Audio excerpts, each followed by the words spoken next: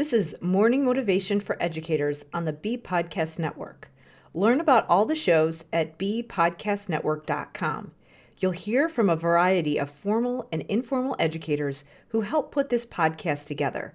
If you'd like to contribute your voice to the show, please go to morningmotivationedu.com to apply. I am Karen Dudek-Brannan. I was a school SLP for 14 years where I specialized in language literacy and executive functioning and also held various teaching, leadership, and research roles. Now, I am the host of the De facto Leaders podcast on the Bee Podcast Network, where I help school therapists, teachers, and administrators be leaders on their school teams no matter their job title.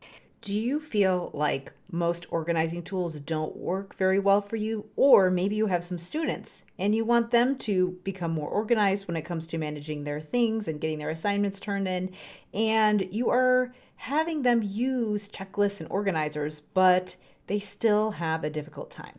If that sounds familiar, you're going to find this episode very helpful. In order to be able to organize and plan, we need to have strong executive functioning skills.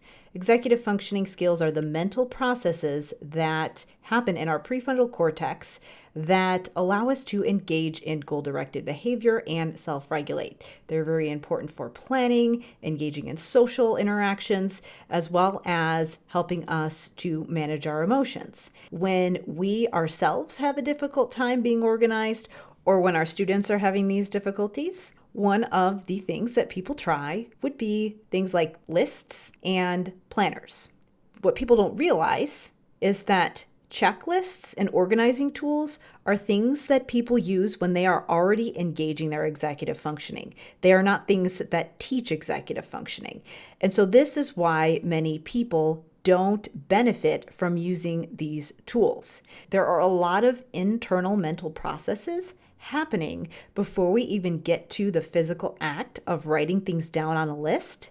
And if we bypass those processes or don't work on those things that go on inside our heads before we get to the list, then the list isn't going to be very beneficial. So what I'm going to do right now is go through all the different things that have to happen in your head in order for you to use a list effectively. First, we need to envision the end goal. What are we trying to accomplish by making a list? Are we trying to get groceries? Are we trying to do an assignment? Are we trying to manage all of our assignments? What's the point? We have to see it and feel it. Then we have to visualize the steps to take and the materials needed in order to get to that end goal. We have to estimate how long those things will take because that's going to impact what goes on that list. Then we have to think about potential obstacles or contingencies, some things that might come up along the way while we're doing whatever we're doing, because that might impact what we put on the list as well. We need to generate options. We have to think about problems that might come up along the way. Once we do that, we have to encode the steps into language. So all those things that we were just thinking about, we were visualizing them, but now we have to put them into words. Because what that allows us to do is actually write the steps down on the list. So you can see all of those things that happened, and we haven't even gotten to writing the things down on the list yet. So the next step is to actually write it down. Now, in a classroom situation, a lot of times what people will do is they'll just have kids copy things down from the board. And the reason that kids aren't able to effectively use that strategy on their own is because we're doing all of those other internal mental processes for kids that I just mentioned. So if all they have to do is write it down, they're not really learning the skills that they need in order to engage in that strategy. Once we write it down, we need to know how to talk ourselves through and initiate the first step. We need to be able to evaluate our progress towards the end goal and pay attention to the time while we're doing whatever it is we're doing. If things come up along the way and we realize maybe we missed something on the list that needs to be added, well, we've got to know how to shift and redirect. And of course, a list is only effective if we can remember to look back at it while we're doing whatever it is we're doing.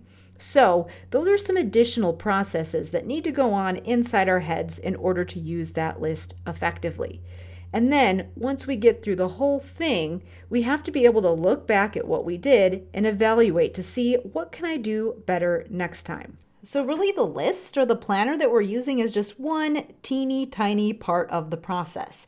And so that's why when we just focus on that one little part, we're missing a lot of the other things that need to happen in order for it to actually help us or help the person that we are showing it to. Now, of course, telling you the complete solution for this issue is way more than what I can explain in a 5-minute podcast, but I can tell you the skills that we can work on to help us to be more organized and self-regulate during our day, whether we are an adult working on those skills or whether we want to help our students, so that we can help our students to build resilience and support the skills that they need in adulthood. So those skills are time perception, self-talk, future pacing, episodic memory, and encoding.